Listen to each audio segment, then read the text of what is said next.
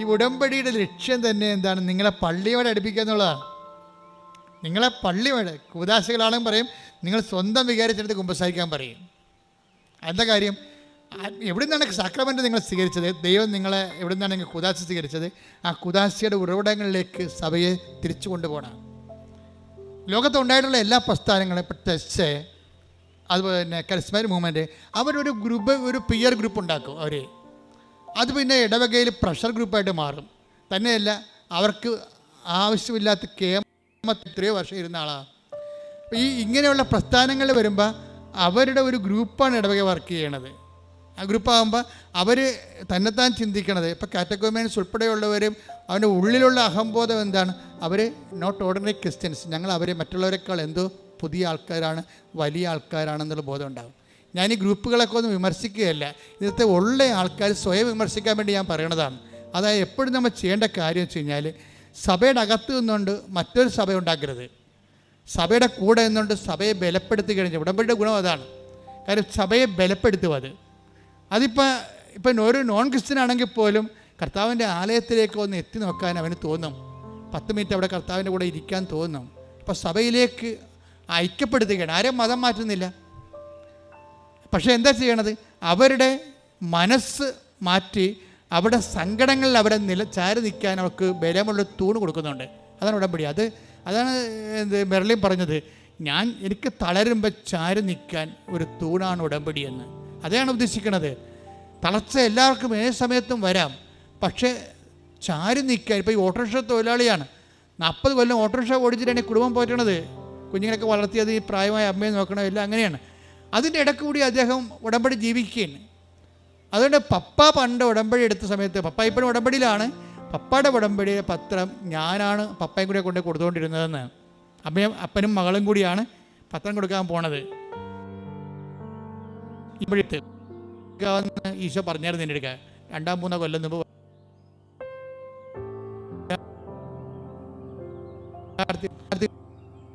കാലമാണ്.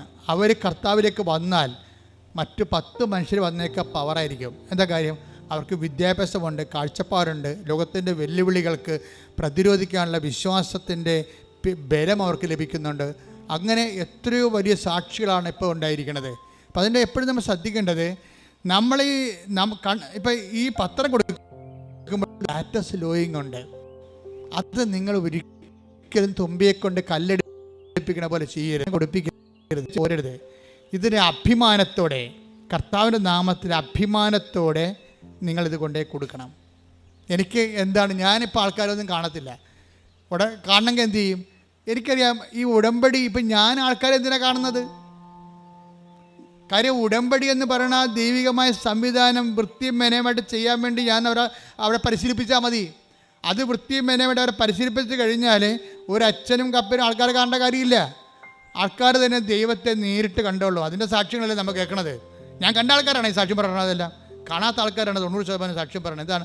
ആ ഉടമ്പടി അവർ വിശ്വസ്തയായിരുന്നു. പിന്നെ ഞാൻ കാണുന്നത് വെച്ചാൽ ഹൈലി ഇൻഫ്ലേമബിൾ ആയിട്ടുള്ള സിറ്റുവേഷൻസ് ഉണ്ട്. നാളെ അടുത്ത ആഴ്ച ജപ്തിയാണ്, അവരെ ഞാൻ കാണും. അടുത്ത ആഴ്ച ക്യാൻസർ ഓപ്പറേഷനാണ്, അവരെ ഞാൻ കാണും. പ്രഗ്നൻ്റ് ആയിട്ട് ഡോക്ടർ പറഞ്ഞ് കുഞ്ഞിന് കുഴപ്പമുണ്ട്, ഒന്നെങ്കിൽ തള്ളയെ കിട്ടും അല്ലെങ്കിൽ കുഞ്ഞിനെ കിട്ടുമെന്ന് പറയുമ്പോൾ അവരെ ഞാൻ കാണും. എന്താ കാര്യം? അങ്ങനെ പറയണത് അന്തിമ തീരുമാനം ആരാ പറയേണ്ടത്? ഡോക്ടറല്ല, ഈശോയല്ലേ പറയേണ്ടത്. തള്ളയും കുഞ്ഞും കിട്ടാൻ വേണ്ടിയല്ല കുഞ്ഞിനെ പ്രഗ്നൻ്റ് അല്ല, അവളെ കൊന്നിട്ട് കൊച്ചിനെ എടുക്കാൻ വേണ്ടിയാണ്, അല്ലെങ്കിൽ കൊച്ചിനെ കൊന്നിട്ട് അവളെ എടുക്കാനാണ് അവളെ പ്രഗ്നൻ്റ് ആക്കിയ ദൈവം അല്ല. അപ്പോൾ ദൈവത്തിൻ്റെ ആ കുഞ്ഞിനെ കൊടുത്തപ്പോൾ തള്ളയുടെ സെക്യൂരിറ്റി ഉണ്ട്, അല്ലെങ്കിൽ കുഞ്ഞിൻ്റെ സെക്യൂരിറ്റി ഉണ്ട്. രണ്ടിൻ്റെ സെക്യൂരിറ്റിയിലാണ് ദൈവം അനുഗ്രഹം കൊടുത്തിരിക്കുന്നത്. അത് കൊടുക്കാനുള്ള സ്ഥലമാണ് ആൾക്കാർ. അങ്ങനെയുള്ളവരെ കാണും. അവരെ കാണാൻ വരെ അധികം പണിയൊന്നുമില്ല നമുക്ക്. അവരുടെ പ്രഗ്നൻസി റിപ്പോർട്ട് കൊണ്ടുവന്ന് മാതാവിൻ്റെ അടുത്ത് കൊടുത്തു. ഇതാ റിപ്പോർട്ട്, ഡോക്ടർ ഇങ്ങനെ പറഞ്ഞിരിക്കുന്നത്, നിൻ്റെ ഉത്തരവാദിത്തമാണ് 2 ഇവിടെ കൊണ്ടുവരിക എന്നുള്ളത്. അപ്പോൾ ഞാൻ അവളോട് പറയും, നീ പ്രസവിച്ച കുഞ്ഞിനെയും കൊണ്ട് അമ്മയുടെ മുമ്പിൽ വന്നിരിക്കും. അത് അധികാരമാണത്. എന്താ കാര്യം? അത് കർത്താവിൽ ഞാൻ ആശിക്കണതാണ്. കർത്താവിൽ ആശിക്കാൻ വേണ്ടി തന്നെയാണ് പട്ടം വാങ്ങിച്ചിരിക്കുന്നത്. കർത്താവിൽ ഇങ്ങനെ തളർന്നവനെ താങ്ങി നിർത്താനും മുറിവേറ്റനെ വെച്ച് കെട്ടാൻ വേണ്ടിയാണ് പട്ടം മേടിച്ചിരിക്കുന്നത്. എനിക്ക് പട്ടം കിട്ടി കാലം മുതൽ പട്ടത്തെക്കുറിച്ച് നല്ല ബോധമുണ്ട്. അതുകൊണ്ട് ഞാൻ ഇപ്പോഴും പട്ടം പറഞ്ഞാൽ പ്രാർത്ഥിക്കുന്നത്. കർത്താവേ, 38 വർഷത്തെ കൃപാന ജീവിതത്തിൻ്റെ ആസ്തിയിലാണ് പ്രാർത്ഥിക്കുന്നത്. ഞാൻ അച്ഛനാകുന്നതിന് മുമ്പ് തന്നെ പഠിക്കണ കാലത്ത് തന്നെ 2.5 മണിക്കൂർ വെച്ച് രാത്രി കർത്താവിൻ്റെ മുമ്പ് നിന്നാണ് പ്രാർത്ഥിച്ച് പട്ടം മേടിച്ചിരിക്കുന്നത്. പട്ടം കിട്ടിയതിന് ഞാൻ ദൈവത്തോട് നന്ദി പറയുന്നതാണ്. അതുകൊണ്ട് തന്നെ ഒരു വിഷയം ഉണ്ടായ ദൈവത്തിരുമനസ് മോളെ ഈ വിഷയം ഇത് ദൈവം ഇടപെടും, നീ ധൈര്യമായിട്ടിരിക്കാൻ പറയും. എന്താ കാര്യം? ധൈര്യമായിട്ടിരിക്കാൻ പറഞ്ഞാൽ മതി. കാര്യം എന്താ? ബാക്കിയുള്ള ചെയ്യേണ്ടത് ആരാണ്? ഞാനാണ് അവരുടെ കൂടെ പോയി ചെയ്യേണ്ടത്? അല്ല, ആരുടെ പേരിലാണത് പറഞ്ഞിരിക്കുന്നത്, അവൻ ചെയ്തോളും അത്. പിന്നെ കൃപാസനത്തിൽ നിങ്ങൾക്ക് വരുമ്പോൾ ഉണ്ടാകുന്ന പ്രശ്നം എന്ന് പറയുന്നത്, അമ്മ ഈ ഒരു ജീവിതത്തിൻ്റെ ഭാഗമായിട്ടാണ് അമ്മയുടെ പ്രത്യക്ഷീകരണം സംഭവിക്കുന്നത്. ദൈവത്തിൻ്റെ പ്രത്യക്ഷീകരണത്തിന് വലിയ ആനക്കാര്യമൊന്നും അല്ലത്. മര്യാദയ്ക്ക് ആ ഫോർമുല ഒന്ന് ഫോളോ ചെയ്താൽ മതി, ദൈവം പ്രത്യക്ഷപ്പെടും. ദൈവം ഇപ്പം ഞാനിപ്പോൾ പറയും, ഇപ്പോൾ ഈ മെർലിൻ്റെ കാര്യം പറയാം. മെർലിൻ്റെ പ്രശ്നം എന്താ? മെർലിൻ്റെ ദൈവസ്നേഹം എങ്ങനെ വർക്ക് ചെയ്യണേ? മെർലിൻ പറഞ്ഞു, എനിക്ക് ഭയങ്കര സങ്കടമാണ്. ഞാൻ പറഞ്ഞു, എന്താ? ഞാൻ ശ്രദ്ധിച്ചോളെ, എന്താ സങ്കടം? ഞാൻ എപ്പോഴും ഈശോട് പറയും, എനിക്ക് ഈ ഗർഭചിത്രം പ്രാപിച്ച കുഞ്ഞുങ്ങളെ ഓർത്തിട്ട് എനിക്ക് എപ്പോഴും സങ്കടം വരുമെന്ന് പറയും. ഗർഭചിത്രത്തിൽ അവർ ജനിച്ചിരുന്നെങ്കിലേ അവരുടെ മാതാപിതാക്കന്മാർ ക്രൈസ്തവരായത് കാരണം അവർക്ക് ന്യായസ്ഥാനം കിട്ടുമായിരുന്നല്ല.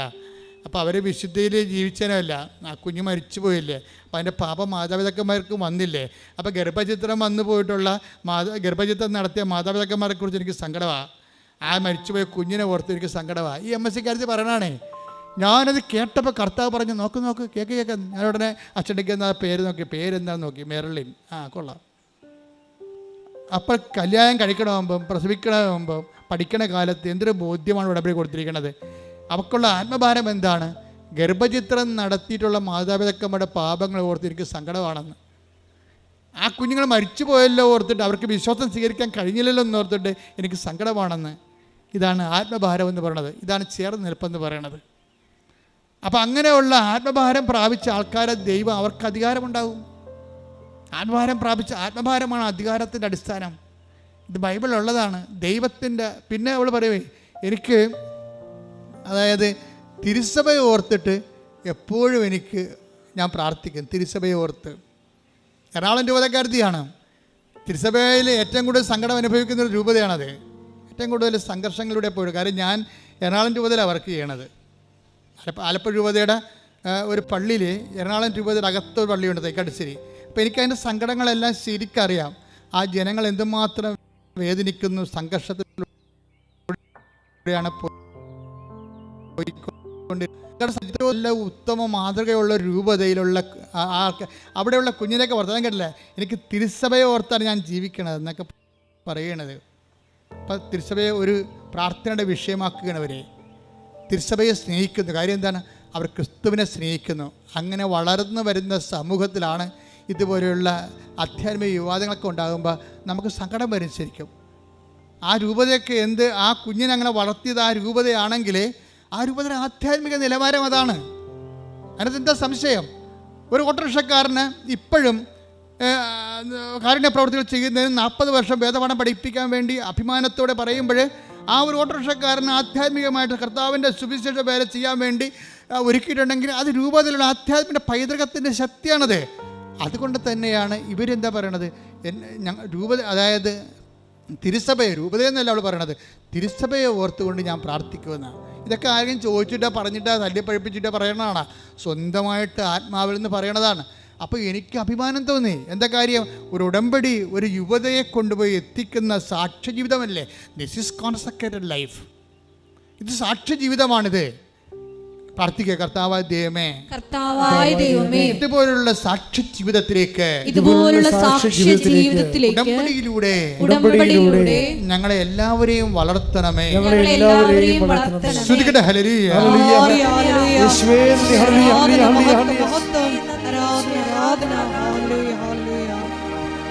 അച്ഛൻ എങ്ങോട്ടാ പോകണമെന്ന് നിങ്ങൾക്ക് മനസ്സിലായില്ല. അതായത് ഒരു വ്യക്തി ചേർന്ന് നിൽക്കുകയാണ്. അപ്പൻ്റെ പത്രം സ്വന്തമായിട്ട് കൊണ്ടു നടന്ന് കൊടുത്തിരുന്ന അപ്പനും മകളും കൂടിയാണ് ഒരിക്കൽ സുവിശേഷ വേല ചെയ്തത്. ഇപ്പോഴെന്ത് ചെയ്ത് അപ്പൻ്റെ സുവിശേഷ വേല ചെയ്യുന്നു, മകൾ ഉടമ്പടി എടുത്തിട്ട് അവളുടെ സുവിശേഷ വേല ചെയ്യുന്നു. മെർലിൻ പറയണത്, എനിക്ക് ആൾക്കാരെ വലിയ തോതിൽ കൺവിൻസ് ചെയ്യാൻ അറിയത്തില്ല, എനിക്ക് അത്രയും ഉള്ളൊരു വാഗ്പാടവുമില്ല. അതുകൊണ്ട് ഞാൻ പത്രം കൊടുത്തിട്ട് നിങ്ങൾ പറയും, ഈ പത്രം വായിക്കണം, മാതാവിൻ്റെ അടുത്ത് നിങ്ങളും പോകണം, അവിടെ ഒന്ന് പോയാൽ മതി, ബാക്കി അമ്മ ചെയ്തോളും. ഈ പത്രം വായിക്കും, മനസ്സിലാകും. അതാണ് പത്രപ്രേക്ഷിതത്വം എന്ന് പറയണത്. ഈ പത്രപ്രേക്ഷിതത്വം ചെയ്യണത് എന്തുകൊണ്ടാണ്? ഔട്ട് ഓഫ് ലവ് ആണ്.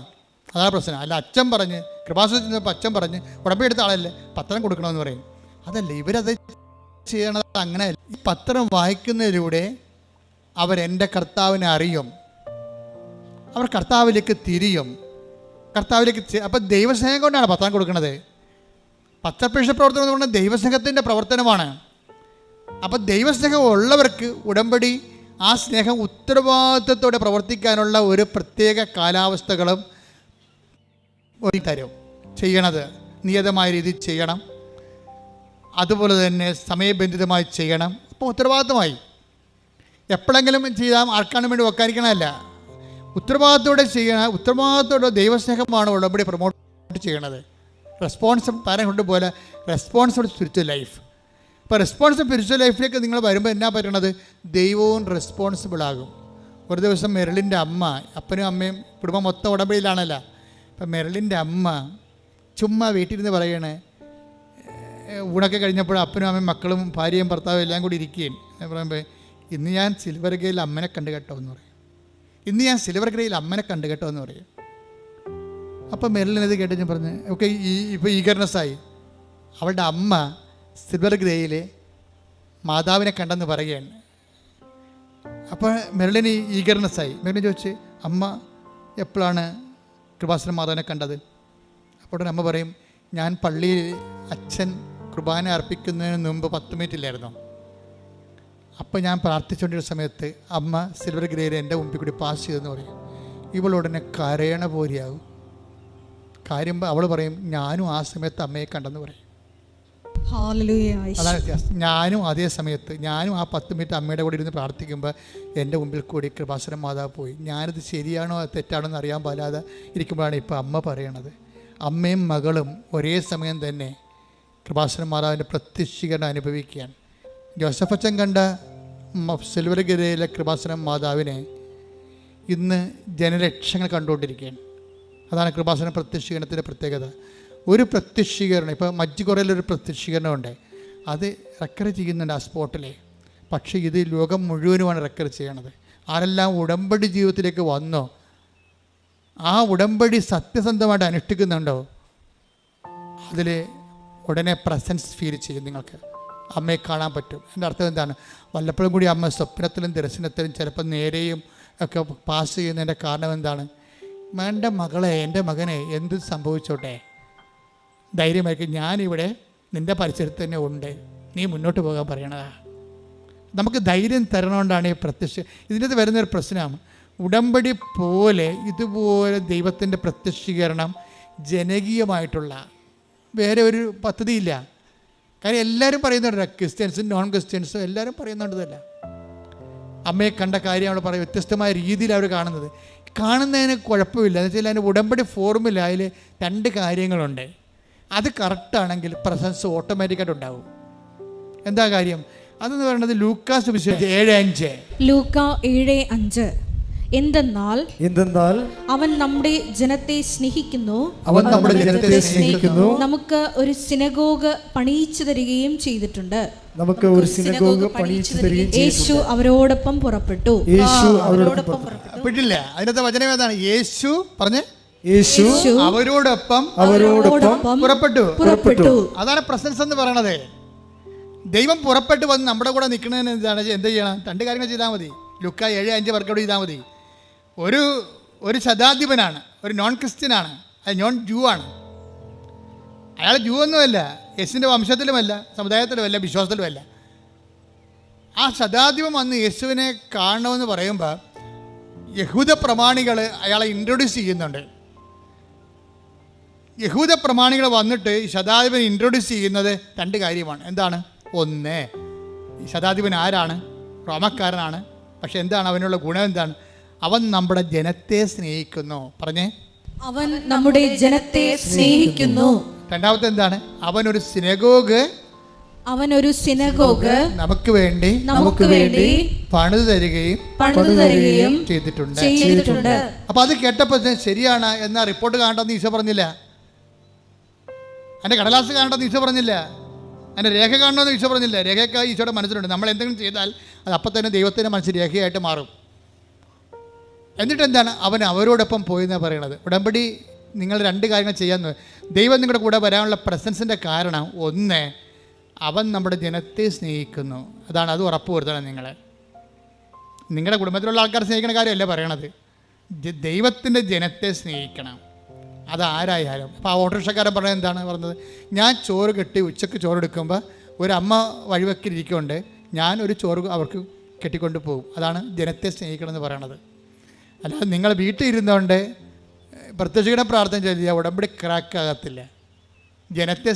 ഇത് ജനകീയമായിട്ടുള്ള സംഭവമാണ്. ജനത്തെ സ്നേഹിക്കണം. ഇപ്പോൾ മെറിലെന്താ പറയണത്?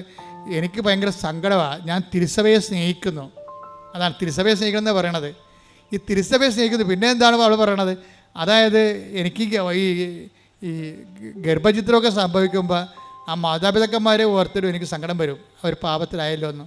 പിന്നെ സങ്കടം വരും, ആ കുഞ്ഞുങ്ങൾ മരിച്ചു പോയല്ലോ, അവർക്ക് വിശ്വാസം സ്വീകരിക്കാൻ കഴിഞ്ഞില്ലല്ലോ, സങ്കടം വരും. അതാണ് ജനത്തെ സ്നേഹിക്കണം എന്ന് പറയണത്. ഈ ജനത്തെ സ്നേഹിച്ച് കഴിഞ്ഞാൽ പിന്നെന്താണ്? അവൻ നമുക്കൊരു സിനഗോഗ് പണി ചെയ്യുകയും ചെയ്തിട്ടുണ്ട്. സിനഗോഗ് എന്ന് പറയുന്നത് എന്താ? പ്രാർത്ഥനാലയമാണ്, കർത്താവിൻ്റെ ആലയമാണ്. കർത്താവിൻ്റെ ആലയം ആരുടെ ഹൃദയത്തിൽ നിങ്ങൾ പണിയുന്നുവോ? ഇപ്പം നിങ്ങൾ ക്രിസ്തുവിനെക്കുറിച്ച് പറയുന്നു, പത്രം കൊടുത്തിട്ട് സംസാരിക്കുന്നു, മാതാവിനെക്കുറിച്ച് പറയുന്നു, വണ്ടിയിലിരുന്ന് വിമാനത്തിലിരുന്ന് പറയുന്നു, ട്രെയിനിലിരുന്ന് പറയുന്നു, ബസ്സിലിരുന്ന് പറയുന്നു, പള്ളിയിൽ പോകുമ്പോൾ പറയുന്നു, അപ്പോഴെല്ലാം നിങ്ങൾ സിനഗോഗ് പണിയുകയാണ് ചെയ്യണത്. ഒരു പ്രാർത്ഥനാലയം ഒരു മനുഷ്യൻ്റെ ഹൃദയത്തിൽ പണിയുകയാണ് ചെയ്യണത്. മനസ്സിലായില്ലേ? അത് നിങ്ങൾ ഓർക്കണം. നിങ്ങളൊരു വ്യക്തിയോട് ear to ear mouth mouth evangelisation നടത്തുമ്പോൾ actually what you are doing, നിങ്ങൾ എന്താ ചെയ്യണത്? നിങ്ങൾ അവിടെ ഹൃദയത്തിൽ ഒരു പ്രാർത്ഥനാലയം പണിയുകയാണ്. ആ ഹൃദയത്തിൽ പ്രാർത്ഥനാലയം പണിയുകയും ജനത്തെ സ്നേഹിക്കുകയും ചെയ്യുമ്പോൾ എന്താ സംഭവിക്കണത്? നെറ്റ് ഇഫക്റ്റ് എന്താണ്? യേശു അവരോടൊപ്പം പുറപ്പെട്ടു. പ്രസൻസാണ് പിന്നെ വരണത്, പ്രസൻസാണ്. അപ്പോൾ ദൈവത്തിൻ്റെ സാന്നിധ്യം എന്ന് പറയണത് ഒരു കിട്ടാക്കനിയല്ല, ഒരു ബാലികല മലയുമല്ലത്. അതെന്താ സംഭവം? അത് നീ ഉടമ്പടിയിലൂടെ ഉത്തരവാദിത്വമുള്ള ദൈവസ്നേഹം വ്യക്തികളെ, സഭയെ സ്നേഹിക്കാൻ തുടങ്ങിയാൽ, സമൂഹത്തെ സ്നേഹിക്കാൻ തുടങ്ങിയാൽ, യേശുവിൻ്റെ പേരിലായിരിക്കണം സ്നേഹിക്കാൻ തുടങ്ങിക്കഴിഞ്ഞാൽ അതേസമയം തന്നെ നമ്മൾക്ക് ദൈവത്തിൻ്റെ പ്രസൻസിൽ നമ്മൾ ജീവിക്കും. പ്രസൻസിൽ വന്നു കഴിഞ്ഞാൽ പിന്നെ എന്തായിരിക്കും? നിങ്ങളായിരിക്കില്ല, നിങ്ങൾ വസിക്കുന്ന പരിശുദ്ധാത്മാവായിരിക്കും നിങ്ങൾ വഴി സംസാരിക്കുന്നത്. 12 എടുത്ത് ശ്രദ്ധിക്കട്ടെ. ഹല്ലേലൂയ. ലൂക്ക 12. ഹല്ലേലൂയ ഹല്ലേലൂയ ഹല്ലേലൂയ ഹല്ലേലൂയ യേശുവേ നന്ദി. ഹല്ലേലൂയ ഹല്ലേലൂയ ഹല്ലേലൂയ ഹല്ലേലൂയ. ലൂക്ക 12:12 എന്താണ് പറയേണ്ടതെന്ന് ആ സമയത്ത് പരിശുദ്ധാത്മാവ് നിങ്ങളെ പഠിപ്പിക്കും. അതായത് പ്രശ്നം വെച്ച് കഴിഞ്ഞാൽ നമ്മുടെ ഉള്ളിൽ ദൈവത്തിൻ്റെ പ്രസൻസ് വന്നു കഴിഞ്ഞാൽ പിന്നെ എഴുതേണ്ടത് എന്താണ്, പറയേണ്ടത് എന്താണ്, ചെയ്യേണ്ടത് എന്താണ്, എങ്ങോട്ടാണ് യാത്ര ചെയ്യേണ്ടത്, എല്ലാം ഗിവണാണ്. അതാണ് നിങ്ങൾ നടക്കേണ്ട വഴി. നിങ്ങളുടെ മുഖത്ത് നോക്കി take the word of God. 32:8 സങ്കീർത്തനം. ശ്രുതികട. ഹല്ലേലൂയ ഹല്ലേലൂയ ഹല്ലേലൂയ യേശുവേ നന്ദി. ഹല്ലേലൂയ ഹല്ലേലൂയ ഹല്ലേലൂയ ഹല്ലേലൂയ. സങ്കീർത്തനങ്ങൾ 32:8 ഞാൻ നിന്നെ ഉപദേശിക്കാം, നീ നടക്കേണ്ട വഴി കാണിച്ചു തരാം, ഞാൻ നിന്റെ മേൽ ദൃഷ്ടി ഉറപ്പിച്ച് നിന്നെ ഉപദേശിക്കാം.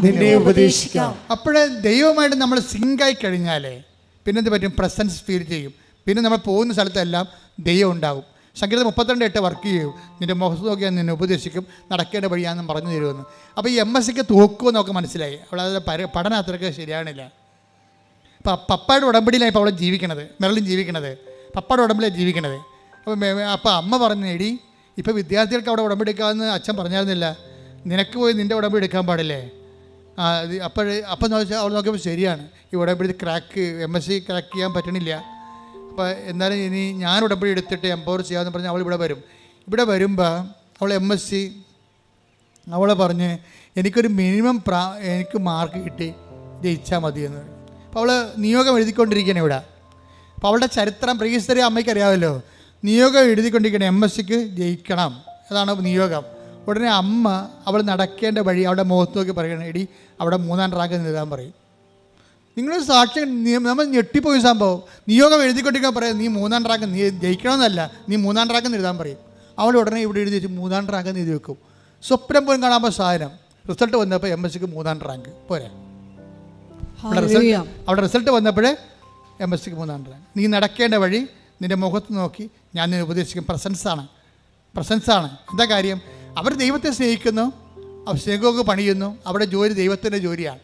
ദൈവത്തിൻ്റെ ജോലി ചെയ്യുമ്പോൾ നമ്മളുടെ ജോലി ആര് ചെയ്യും? ദൈവം ചെയ്തുകൊണ്ടിരിക്കും. നിങ്ങളൊന്ന് ചിന്തിച്ചു, ഈ സാക്ഷ്യം ഉണ്ടായി. ഒരു കെമിസ്ട്രി MSc സ്റ്റുഡൻസിനെ അവൾക്ക് തോക്കുമെന്ന് കണ്ടിട്ട് അവിടെ കയ്യിൽ നിന്ന് പോയെന്ന് കണ്ടപ്പോൾ അവൾ നിയോഗം എഴുതാൻ വേണ്ടി വന്നപ്പോൾ ജയിക്കണേ വല്ലപാടൊന്ന് ജയിച്ചു കിട്ടണേ അമ്മയെന്ന് എഴുതുമ്പോൾ അമ്മ നേരിട്ട് അവിടെ പറഞ്ഞു അവിടെ 3ാം റാങ്കെന്ന് എഴുതി വെക്കാൻ പറയും. ഉടനെ ഇവിടെ 3ാം റാങ്കെന്ന് എഴുതി വെക്കും. അത് വെറുതെ എഴുതണം, ആകാശത്ത് എഴുതണതാണ്. പക്ഷേ പിന്നെ പേപ്പർ നോക്കണതും ക്വസ്റ്റ്യൻ ഇടണതൊക്കെ എല്ലാം വേറെ ഡിപ്പാർട്ട്മെൻറ്റൊക്കെ ചേഞ്ച് ചെയ്ത് എന്നിട്ട് എന്താ ചെയ്യണത്? റിസൾട്ട് വരുമ്പോൾ 3ാം റാങ്കാണ്. അവൾ അപ്പം തന്നെ ഇടവക ദേവാലയത്തിൽ പോയി വെറുതെ കരഞ്ഞുകൊണ്ടിരുന്നു. ദൈവം എന്ന് പറയണത് ഇതുപോലെയാണ് അവസ്ഥയാണ്. നിങ്ങൾ ഇപ്പോഴും വരണ ഒരു ടേസ്റ്റിംഗ് പീരീഡിലാണ് കിടക്കണത്. നിങ്ങൾ പലരും ടേസ്റ്റ് ചെയ്ത്, ഇപ്പം നമ്മൾ അലുവയൊക്കെ വാങ്ങിക്കാൻ നേരത്ത് അലുവക്കാരൻ ഒരു വെട്ടിയിട്ടൊരു കഷ്ണം തരത്തില്ല, തിന്ന് നോക്കാൻ പറയല്ലേ. അവനെ കൊണ്ട് നമ്മളവിടെ നിന്നിട്ട് തീറ്റിക്കും. ചില പാർട്ടിക്ക് ഒരു സ്വഭാവമുണ്ട്, ഈ അലുവ എല്ലാ കടയിലും പോകും, ടേസ്റ്റ് എടുക്കും, അവൻ നിന്നിട്ട് പക്ഷേ വയറ് നിറച്ച് വീട്ടിൽ പോകും. അങ്ങനെയുള്ള ടേസ്റ്റ് തൊഴിലാളിയുണ്ട്. എന്ന് വെച്ച് കഴിഞ്ഞാൽ എല്ലാ അലുവ കടയിലും ചെല്ലുമ്പോൾ, ബേക്കറി കടയിൽ ചെല്ലുമ്പോൾ, പെരുന്നാൾ കടല ഉത്സവത്തിൽ ചെല്ലുമ്പോൾ അവരെന്ത് ചെയ്യും? ഉടമ്പടി അലുവ പല കളറിലിരിക്കുകയും അപ്പോൾ ഉടനെ ഒരാളെ ചെറിയ വെട്ടി കൊടുത്ത് കഴിച്ചോ, ഇതാണ് അടിപൊളിയാണ്, കോഴിക്കോടാണെന്നൊക്കെ പറയും. ഉടനെ ഇവർ അവിടെ നിന്ന് കഴിക്കും. അപ്പോൾ ഒരാൾ ഞാൻ പോയിട്ട് അടുത്ത അലുവ കടയിൽ പോകും. ഇവിടുന്ന് കൃപാസനത്തിന് പോയിട്ട് കലൂർ അധ്വാനത്തിൻ്റെ അടുത്ത് പോയിട്ട് ടേസ്റ്റ് എടുക്കും. അവിടുന്ന് പോയിട്ട് വേറെ അവിടെ ധ്യാനകേന്ദ്രത്തിൽ പോകും. ഇങ്ങനെ ടേസ്റ്റ് തൊഴിലാളിയുണ്ട്. ടേസ്റ്റ് തൊഴിലാളി ഒരു കാലത്തും രക്ഷപ്പെടത്തില്ല. ഉടമ്പടി ടേസ്റ്റ് ചെയ്യാനുള്ളതല്ല, ഉടമ്പടി ജീവിക്കാനുള്ളതാണ്. മര്യാദക്ക് അത് കാശ് മുടക്കിയ സംഭവം വാങ്ങിക്കണം, അല്ലാതെ കണ്ടവൻ്റെ വോയിസടുത്ത് നിന്ന് ടേസ്റ്റ് അടിച്ച് വയറ് നടക്കാൻ നോക്കരുത്. കാര്യം പറഞ്ഞപ്പോൾ എല്ലാം മനസ്സിലായില്ല നിങ്ങൾക്ക്. പല ആൾക്കാരും ഉടമ്പടി ടേസ്റ്റ് എടുക്കുന്ന ആൾക്കാരാണ്. എന്നിട്ട് അവർ ഇങ്ങനെ തൊത്തിയും മുടന്തിയും മുക്കിയും മുളിയൊക്കെ ഈ 90 ദിവസം എങ്ങനെയെങ്കിലും ഒന്ന് അവസാനിപ്പിച്ചെടുക്കും.